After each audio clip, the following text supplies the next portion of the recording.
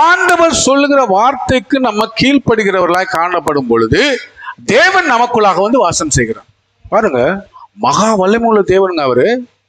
வானத்திலும் பூமியிலும் சகல அதிகாரங்கள் கொடுக்கப்பட்டு இருக்கிறது. அவர் தான் ஆசீர்வாதமே. நம்ம சின்ன சின்ன சின்ன சின்ன ஆசீர்வாதங்களை கேட்கிறோம். ஆண்டவர்கிட்ட, ஆண்டவரே இதை செய்யுங்க ஆண்டவரே, ஒரு வீடு கொடுங்க ஆண்டவரே, இந்த வீடு பஞ்சாயத்தில் இருக்கு ஆண்டவரே, ஒரு வண்டி கொடுங்க ஆண்டவரே, ஆண்டவரே ஒரு 15,000 ரூபாய் பணம் கொடுங்க ஆண்டவரே, ஒரு 2 லட்சம் பணம் கொடுங்க ஆண்டவரே. இதெல்லாம் சின்ன சின்ன சின்ன காரியங்கள். அவர் தாங்க ஆசீர்வாதமே. அல்லேலூயா. கையை தட்டி தேவநாமத்தை மகிமைப்படுத்த வேணாமா? ஆமென். அவர் தான் ஆசீர்வாதம்.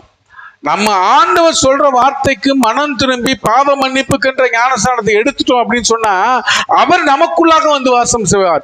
அவ்வளவு வல்லமையுள்ள தேவன் நமக்குள்ளாக வாசம் செய்யும் பொழுது ஆசீர்வாதத்தின் ஊற்று நமக்கு திறக்கப்படும்.